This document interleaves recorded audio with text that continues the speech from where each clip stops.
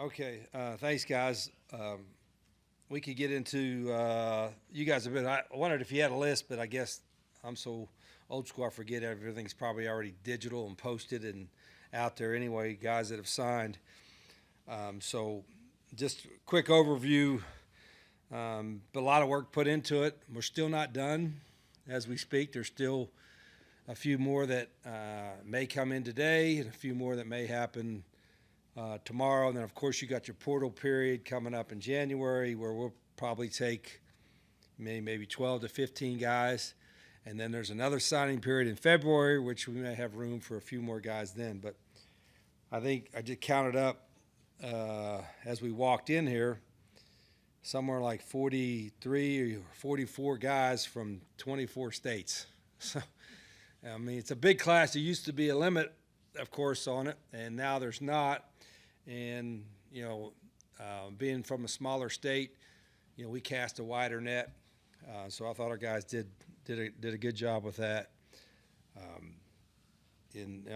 Obviously we had a lot of needs, a lot of things to fix, and the best way to fix them is get a bunch of really good players, and we thought we did that. Creating some competition. Obviously being part of the rev share and being committed to that has helped and is going to help us when the next cycle or with the portal cycle as well. So I've got to make sure part of my job is to help raise money. I got a lot of good people in here that work for us that help us raise the money for that too. So anyway, I think there's every position. I got a list in front of me, got addressed. And again, there's still some more to come. We're also on our current roster. I've had one team meeting and told our guys that we're going to be, everybody's going to have some exit meetings with their position coaches and talk about the guys that are returning, exactly what their status is and what's going on. We're going to have to make some tough decisions going forward with some of the guys on the roster. And then there's others that may choose to leave on their own or something like that. So there's still quite a, this is such a fluid situation these days in college sports. So we're navigating through all that. So Rich, three-parter to start basic. What were your biggest needs? Do you feel you met them? And are there needs still left out there? Yeah, it was every position. I mean, obviously, we had a bad year and disappointed with a lot of stuff that went on, but not discouraged from the standpoint of that. There were some things that were positive and feel very confident that we can fix our problems. That's my job, to fix our problems. So, and it starts fixing problems with personnel. And we needed, we had some seniors, had a bunch of seniors, and they played hard, but we tried to, as opposed to last year, I wasn't even here yet. We were, a little late on the high school and junior college cycle, and so we, to fill our roster, we went portal heavy and brought some guys in, a lot more one-year guys that I would ever want to have. But now, having been here a year, you don't have to do as many. You still can, and we will, but not nearly to the extent we went last year, where we had so many guys that we had for a year or less than a year. Now we thought we could get that caliber player that's a freshman or a junior college guy coming in with this class. And so it starts up front.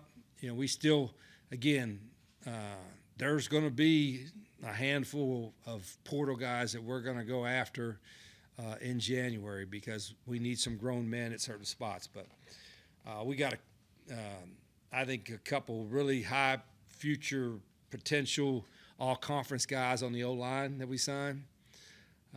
We signed a couple athletic quarterbacks. We needed a bunch of wideouts and guys that can run. We got that. Got a couple tight ends. Still going to need a couple more tight ends. We got a couple tight ends in there. Address a little bit of D-line. We've got more of that. That's got to come. Linebacker. We got a bunch of linebackers that we signed. Secondary was almost all new. It's going to be almost all new, and so we signed some guys from there as well. And then running back, we need a few there, and there's still maybe a couple more that might happen.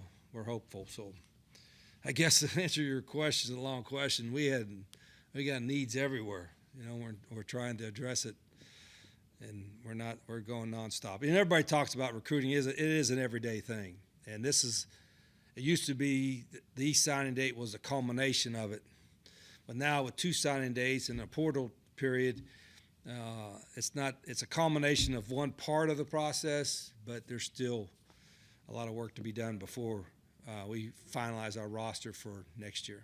How many of these guys do you expect to get in January? I think 35 or so. I'm not sure. Maybe Raquel can help me. 5%. Yeah, a big number of that. And then again, with the portal window is close to when our semester starts, but we think we can get 7 or 8 portal guys at least in as well. So you're talking about 40-some guys that should be here by the second semester, which is good. Obviously you go through spring practice. I keep waiting for the NCAA because there's talk about the calendar changing where you could have practices in the summer as well, but that's not been finalized. So, but we do think majority of the class we signed today are early enrollees. You mentioned not really being able to do this high school-wise recruiting last year at West Virginia. 43, 44, 45 kids. Is that going to be the plan for the rest of the tenure, or is that because you didn't get to do it last year? What should fans expect? Yeah, ideally, I think the fans expect us to win. So Sure. How you you know what I mean. right? And so how do we get there, right? I think going forward, everybody says, "Are you a developmental program?" I think if you say you're not, like what are you thinking about? Every program should be a developmental program. The idea certainly would be if you had a choice to get the same guy player-wise that's got 1 year left or 4 years left, you're going to take the guy that's got 4 years left because he'll grow in your program and do all that. So that's the thought process. If the guy that's got 1 year left or 2 years left is a whole lot better player or is more ready to go right now than the other guy, then you got to take that guy. So we weigh all that into there. The ideal thing would be to get more, at least 2-to-1 or 3-to-1 freshmen or JC guys compared to the 1 year or 2 year transfer guys. And it's probably least expensive or lesser cost to get the high school guy because they're unproven yet at the college level. And the portal guys seem to be more expensive, and you got to pay more to get the true experienced plug-and-play starter guy out of the portal. This is shaping up to be one of the, or if not the highest rated recruiting class since these different outlets started tracking the recruiting rankings. How important is that? Well, I mean, it's kind of fun to look at if you're a fan. I think it depends like who's rating them. Like if a certain school offers a kid, all of a sudden that kid went from a 3-star to a 4-star or a 4-star to 5-star because this blue blood offered him a scholarship. You know what I mean? So some of that, you ain't sure. But, a lot of those rankings turned out to be accurate in some respects. I mean, but I don't get paid to win like, being a top 25 in the recruiting rankings. I get paid to be in the top 25 at the end of the season, playing in the conference championship and getting ready for a playoff. So our thought process is not like, well, this guy will jump our ratings up. Is he going to help us win? Now, I've told y'all before, every decision I make and we make is based on does it help us win? Does it make us better?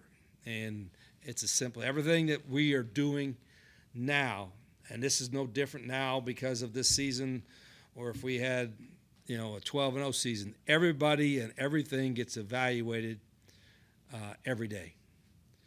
But especially when I have more time now because we're getting ready for a bowl game, I got more time to evaluate. That's good, but it's also, it could, make people nervous, which is okay. The calendar this year, did it make things crazier, the dynamics to it, or was it? It should be, yeah. If we were doing what we're supposed to do and playing in a bowl game or a championship game, it would make it a heck of a lot crazier. For us, we've had nothing else to do but recruit in the last 4 days, right? But the reality with the calendar was, we had an open date before our last game. The last couple weeks, most coaches would tell you right before this, a week or 2 weeks before the signing period is usually the most hectic. Last night, you can imagine when we're on we're on phones with guys until 2 or 3 in the morning.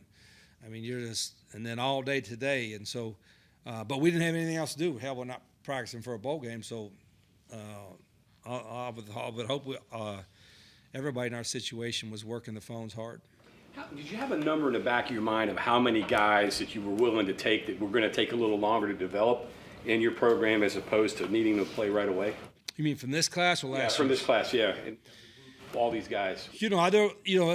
That's a good question. Every guy, I tell everybody, and this is not, I'm sure other coaches tell them the same way. I said, listen, I don't ever guarantee a guy that, hey, as soon as you come on campus, you're going to you start, because that wouldn't be fair to you or the guys on the team. Yet we don't recruit anybody to be backups. How would we get better if we recruited a guy and say, well, you're probably going to be a backup developmental guy and play in a year or two? Well, no. I tell our coaches, recruit guys you think are as good or better than what we got. And you don't know for sure till you get them, but you better have a decent idea of it. And that the competitiveness, I think, is what we have lacked a little bit here. And not to our guys that they didn't, but I want a competitive environment in every day. And the best way to compete, the best way to have that true competitive environment is have a bunch of players that are pretty good competing to be the starter or playing time at that spot. And we didn't have enough of that this year. But some of the reason we didn't have that this year is because guys got hurt. That's bad luck. But when you get 3 guys in front of you get hurt, and there's only you or one other guy to play at that position, they ain't real competitive. We've got to hopefully get that solved. Would you give me your insight in the recruitment of Kevin Brown and Matt C? Kevin had kind of found out early as soon as we got here because his dad Tim, played for me, and no brainer. And then we kept, he's committed to Penn State, and we said, well, let's just come down, have him come down to camp, and he did. And then guys like him a lot of times don't want to work out. Well, Kevin was just the opposite. I mean, he was doing every drill and all that, and it made my feelings hurt even more after watching him work out, because I mean, this dude he's a monster, right? And he worked hard. I'm like, I said, all that did was like, we got to get him somehow, because you saw him at camp and he was everything you thought it would be. And I'm like, hey, at least he came here, and let's just keep plugging away. And then, when they had their change up there, it gave a little bit of a crack to do that. And then when we got him and his whole family came down, it was a great visit. Not a good visit, a great visit. And it was good to see his dad and his family. And, he's everything you want in a football player, and I think everything you want from a guy as well. So worked hard at it. My coaches, Travis, did a great job, because he had a connection there as well. And so, that was a key piece, because, not because, the rankings or whatever, it's just because this guy is a really, really good football player. And he has the mentality that you want your players to have. It's like it's all about ball. He ain't worried about all the fluff stuff, and not that you could be like all that other stuff and still be a really good player, but he wasn't about all the drama, and that was so he was a priority from day one. But after we saw him in person and knew we had a shot, it became like, Travis and I said, hey, we gotta do what we can, What about Matt C? Yeah, Matt was the same way. I think, he was solidly committed to Penn State, and, every time we would talk to people in Western Pennsylvania, like, this guy is the talk of the whole state, and everybody in Western Pennsylvania knew him, and you watch him play, and it's like he's dynamic. He can play a bunch of different positions, and we weren't sure we were in it, and we tried to be. And then there's a little bit of a crack in there again, what happened up there, and so we got a chance to stay in it, and I think he probably saw there's probably a great opportunity for him at safety. And I told him, I said, I think you're good enough to play that, but also help us on the other side of the ball as well, which he's good enough to do. He's a coach's kid. He's smart. You could tell that he's been coached well, and he's 45 minutes up the road, in Fort Cherry. So we made a hard, late run at it, last 24, 48 hours, and staff did a good job with it, Coach Alley and the guys, and he's going to be a whole lot of fun for our fans to watch over his career here. How How much do you think giving him a chance to play offense impacted getting him? Because Yeah, I think rumors maybe that the coaches didn't want I that. think he peeled it to him a little bit. I don't like. We're going to have. I've said it to y'all before. We're going to have multiple guys, and we've signed multiple guys that have a chance, I think, to help both ways because the roster size is going to be limited going forward, and so you're going to have guys that can play both ways. You know, Curtis did it a little bit this year out of necessity, but you know, I just even like a guy like Noah Tischendorf, right? We signed him as a defensive. What is he? An outside backer, DN kind of guy. He'll be a fullback and a tight end for us too. I mean, he can do that. He's a tough guy, and there's several of our guys that are athletes that'll play. They might play running back. They may play slot receiver. They may play outside. They may do a little bit of defense. You know, we signed some guys with that in mind, and we have a couple more we're still looking at. You know, we signed 2 in-state guys, right? Malachi Thompson, who's I think he's 6'4", he's out of Nitro, great ball skills. He's going to have a great career. And then Xavier Anderson, you know, Xavier's brother's on the team. Max, who's a great young man, and we thought Xavier was one of the best athletes in the state, committed to another place, and we stayed on him because we were hoping he'd want to stay home. And, you know, he's a guy that's can play tight end and wide out for us, but he's also a really, really good pass rusher. So I think he's going to be a guy that probably can play a little bit too, both ways. Rich, what qualities do you look for in a high school quarterback, and is being a dual threat a non-negotiable to you? Not really. I mean, if a guy's an exceptional thrower, you know, he's going to complete 80% of his passes, and he's got just enough awareness to get out of a sack once in a while, that's fine. But if a guy can, I guess, be a true dual threat, where as far as, you know, his ability to run and, you know, make a 5-yard play into a 50-yard play or what have you, that's even better.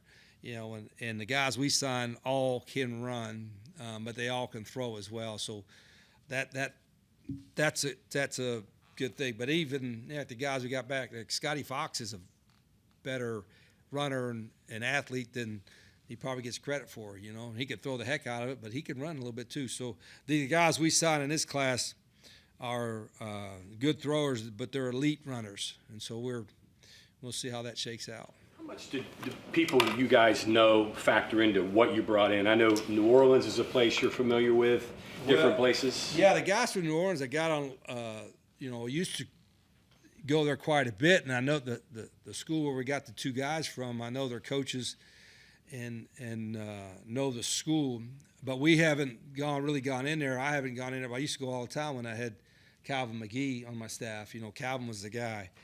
And I told the coach down there at Edna Card, he got one of the best programs in the state. I said, man, we're dropping the ball, not like, because you don't really area recruit as much anymore. But I said, we need to have a presence down there because we know people down there. They know West Virginia. And, you know, I've had a long-standing relationship with a lot of those high school coaches. And so we'll probably kind of go to New Orleans every year now because a lot of those guys, if they're not getting an LSU offer, they'll go anywhere.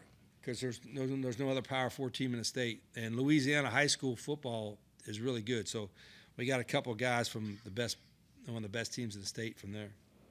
Rich, Saturday you said that you knew what you had to do to fix it. I'm guessing today is a start, but are there players or positions that you think today pushed you toward the fixing? I would say at every position, really. I'm not just doing coach speak. And it's the same thing's true, like, if you're going to ask where we're going in the portal, because we've been meeting about that, like when the portal opens up, which positions are we addressing? Every position. Now, quarterback, you're not going to take like 3 or 4 guys, but we're going to look for 3 or 4 offensive linemen. We're going to look for 4 or 5 defensive linemen. We're going to look for 3 or 4 linebackers. We're going to look for 3 or 4 secondary guys. We're going to look for a couple wide receivers, and maybe even a running back. So every position in the portal is going to get, you know, we're going to try to bring somebody in too. So it's, you know, you don't want to have to flip the entire roster, but we won't have, the good part this time next year, we're not going to have 40 seniors or whatever the number is to replace, you know. So we'll hopefully, if we've evaluated right, you know, we're going to have a lot more guys returning that'll get better. And if we do our job, which our guys will do in development and all that, you know, the guys that we bring, all these young guys we're bringing in, they're going to be a better player a year from now and a better player a year from that. and then you're rock and rolling. Then for as much as you covet speed, that's a huge myth sometimes in recruiting. Like, what's a laser time? What's a regular 40 time? I don't even know if you care about that, but how do you gauge speed? Okay. Everybody wants fast guys, and you could nowadays you could probably get a little better barometer on it because of the GPS thing. And the guy runs, hey, this guy runs 21 mile an hour, or 20 mile an hour, and some of the 40 times, if they have verified 40 times at camps, you could find that out now. So it's easier now to get a legit time, but I still think the film watching is the most important thing. Like, whatever it says that their camp times, whatever it says that their speed time is, you still got to watch the film and see what kind of football player he is. Is he chasing? Is he running by people? Does he make somebody miss? Is he physical? So we're never going to take a guy without watching his film and seeing if he's a good football player. You know what I mean? You could take a guy off measurables, but if he can't play, it doesn't make any difference. So it's a combination of things, and there's a certain size. Like, we weren't big enough on the O-line, D-line, and we got to get bigger. We weren't big enough at linebacker. We got to get more length. That was part of our process there. We weren't big enough at corner. Our guys battled, but sometimes a taller guy was just, you saw it, but just jump over you and get it. And so we try to address some of those issues with some of the size things that we got in this class. Coach, you mentioned Malachi Thompson. People that will you talk about some people that may be leaving one form or another. So in your next step of recruiting, what you're talking about now, is there a group of guys that you say, hey, we might be losing 2 more defensive linemen or 2 more wide receivers? These will be the next guys we might take at those spots? No, we're the ones because we like to be brutally honest with our guys because we don't want to string them along and then 2 weeks from now say, listen, you got a spot here. We're going to tell them you have a spot or you don't have a spot here. And then there are a handful of guys that frankly are going to be called to task a little bit and saying, listen, you are like, you need to show us in the next month or so, or whatever, 2 months that you're right for our program, or you're going to have to find a spot, and some of those guys, that's not that it's a terrible attitude, but if everybody's not like, disciplined and focused and doing the right things the right way and all that, then I ain't gonna mess with them. They got to go somewhere else. And we don't have a lot of those problems, but there are a few guys that are going to be up against it, and they have the ability to make it right and have a great career here. But they also could mess up, and then they'll have to do their career somewhere else. Coach, you mentioned Malachi Thompson there very briefly, but 6'4", about 215. What stood out to you and your staff whenever you guys were recruiting him? Well, he got great ball skills, and you watch him. One of the hardest workers. You watch him. Even guys that have watched him practice and seen him. He's a grinder. He loves football, and he's been I think he's been up here at every game.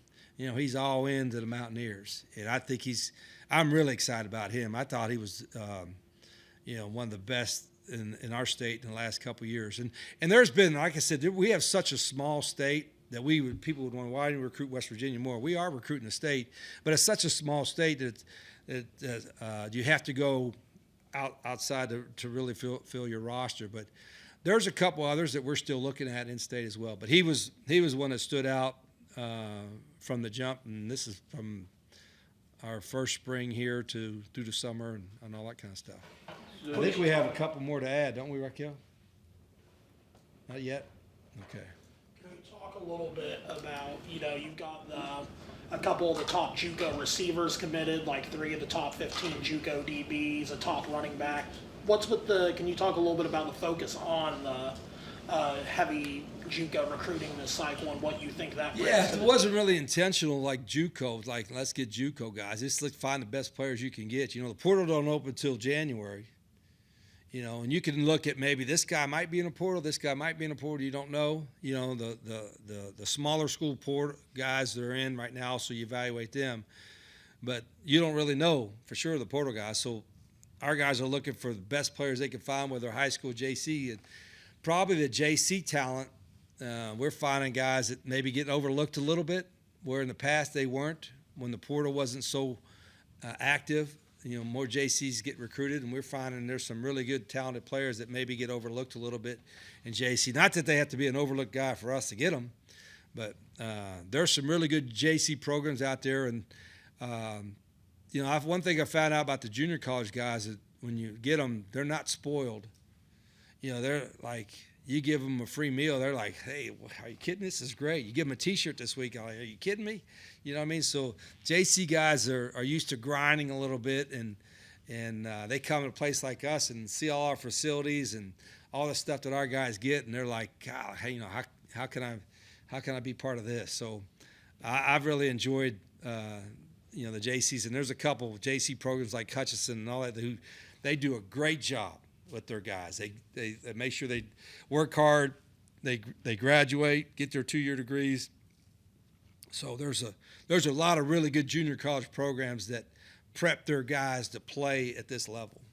So I know you always have to have players defend their position to be able to return to that position, but is it sustainable to have position battles for the whole roster every year, or is that just because of the year? Yeah, every year. I like it. You gotta learn your spot every day. It's like nothing's like you earn a starting job. That's great. You gotta earn it again every week. I mean, there's no. Here I tell you, the worst thing could happen to a program is if entitlement seeps in, and it's not going to happen here. We will not have a sense of entitlement. That doesn't mean a guy can't prove himself and all that. He can, but if you're the starter and you not play well or you do something wrong, whatever, then we hope we have somebody that's close to your ability to go in there. But either way, you got to earn it. You got to earn success here at West Virginia. That's Coach, kind of. would you like to see the NCAA do something about these dates where coaches aren't in the middle of preparing for a game and also having to deal with all this? Yeah, I mean, I know See if these I dates. was playing for a conference championship game, which I was doing last year, and everybody else was off recruiting, we were playing for a game, you lose a little bit of time of that, but you're playing for a championship game. That's a pretty good deal. I'm like, I'm happy I'm in the game. I'd rather be playing a game this week than just recruiting. And so, when is like you just recruit now? I mean, if you didn't recruit every day since the last signing day, then you're behind anyway. You know what I mean? So it ain't like what's the counter? You recruit every day. Every day you recruit. Every day you recruit. And maybe you do other things on top of that, and your recruiting staff just as recruiting, and as a position coach, you do a little bit of recruiting and a little bit of coaching, but there's no easy answer to it. Like coaches are complaining, like move the calendars, whatever. I mean, I think the whole thing could looked at like the NFL model.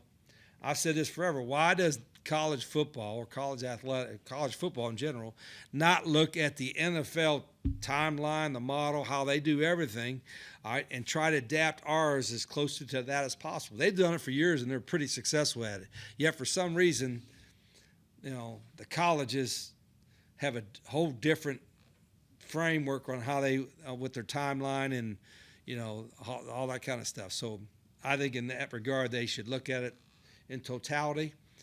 But no matter when you're going to do it, it's not a great time. I think so. You've worked so hard to get all these guys from all the different places.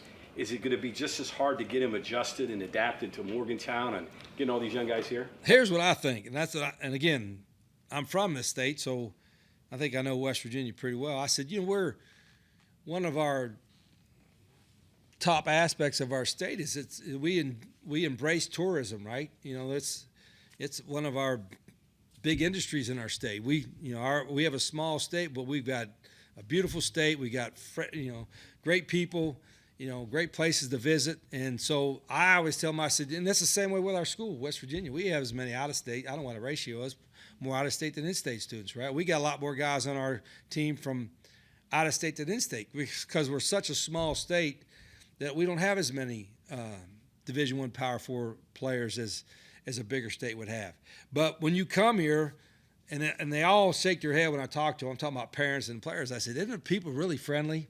Isn't this a great place to visit? And I said, they're not just putting on a show. That's what West Virginia is. When you go anywhere in this state, it's you're going to run into great people. I said this, it's not the movie Wrong Turn. You know what I mean? Don't, that ain't it. I think that was made in Georgia anyway or somewhere. I don't know where it's made, but I said, you come to West Virginia and they're like, isn't it really neat? Isn't it a pretty state? Isn't it great people?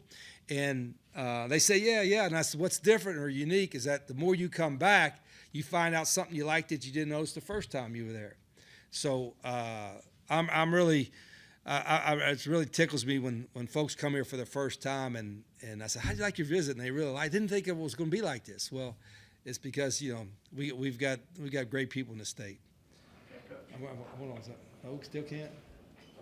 They're running behind. Huh? They're running behind. The school's running behind. Oh, the school's running behind.